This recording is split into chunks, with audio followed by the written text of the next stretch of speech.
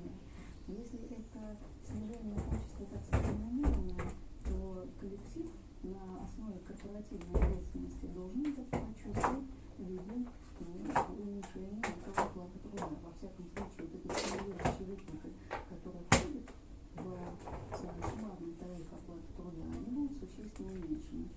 Вот это очень важно. И второй момент. В настоящее время в том законе, который был принят, вот несколько лет назад, написано, что страховые компании выявляют нарушение права от 30 до 50% средств, которые неэффективно используют